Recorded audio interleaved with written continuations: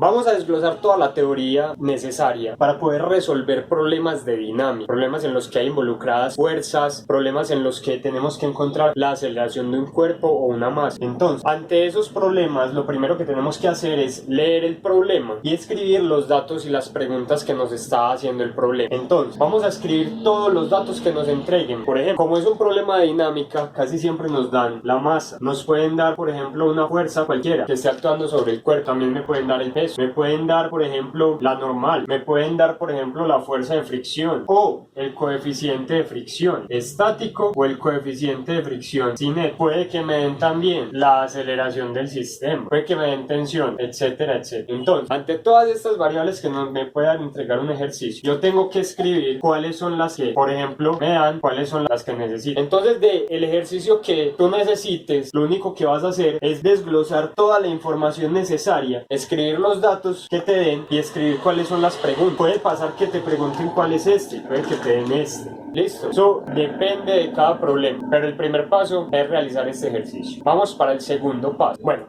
ahora el segundo paso consiste en realizar el diagrama de cuerpo libre del objeto que estamos analizando en el problema. Podemos encontrar qué tipo de objeto. Normalmente una masa representada por un bloque sobre una superficie, o puede ser también una masa colgado de una cuerda o atado a una cuerda, o puede ser la unión de varias cuerdas, por ejemplo varias cuerdas que se están uniendo en un nudo, ¿cierto? Sobre todos estos puntos que yo veo que actúan fuerzas, vamos a ubicar un plano de coordenadas XY.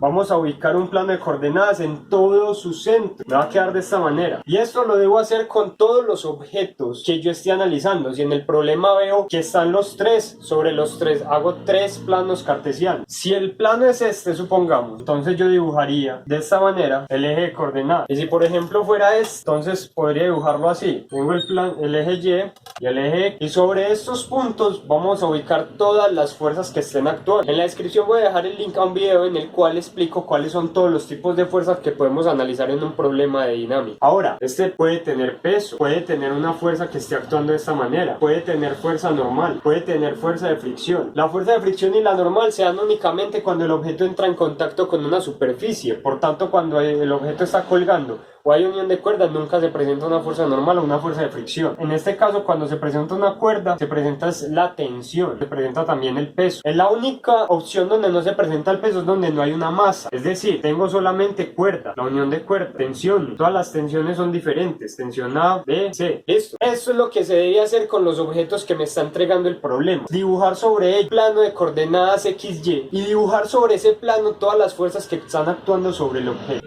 El paso número 3 es descomponer o encontrar el valor de las fuerzas diagonales. Es decir, cuando yo realizo el diagrama de cuerpo libre, hay algunas fuerzas que no quedan ni sobre el eje X ni sobre el eje Y. Por tanto, quedan en diagonal en cualquier sentido de los cuatro cuadrantes, pero no sobre el eje. ¿Qué tenemos que hacer en esos casos? Resulta que para yo poder llegar al paso 4, necesito únicamente las fuerzas que actúan en el eje X o en el eje Y. Para poder llegar hasta allá, entonces lo que vamos a hacer es una descomposición de esta fuerza en ambos ejes, X y Y. ¿Cómo lo vamos a hacer?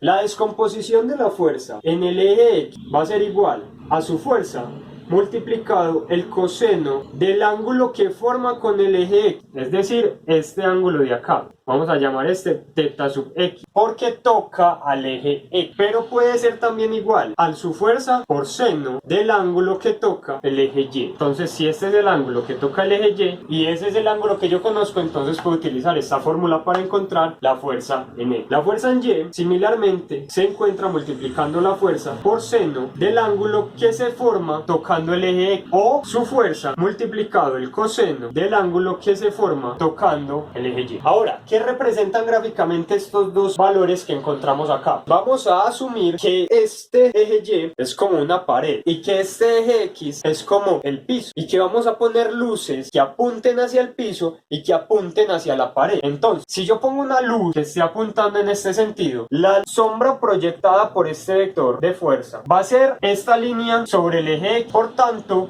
este vector, que es la sombra de F, lo llamo la descomposición de la fuerza F en X, F sub X. Y lo mismo si yo pongo una linterna o una lámpara que apunte contra la pared a ese vector, entonces su sombra, la sombra que se va a generar sobre el eje Y, va a ser esta línea que vamos a llamar fuerza en Y. Y va a ser la sombra de esta fuerza en el eje Y. Por tanto, esto que encontramos acá son las componentes en X y en Y de una fuerza diagonal. Ojo, hay que diferenciar muy bien. Este que tiene la X abajo es esta flecha de acá. El que tiene la Y abajo es esta flecha de acá. Y este que no tiene subíndice es el diagonal.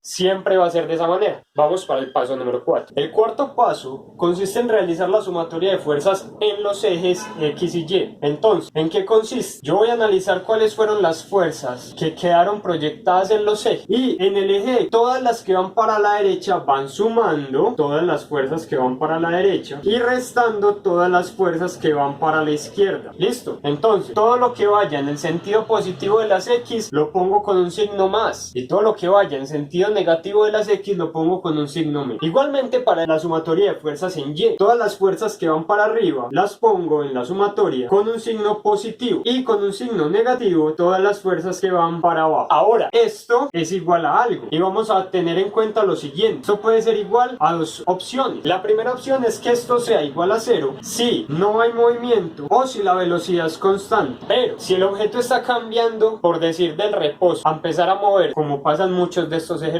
en lugar de ser igual a 0, va a ser igual a la masa del objeto por la aceleración del sistema. Y el quinto y último paso es plantear ecuaciones y resolver.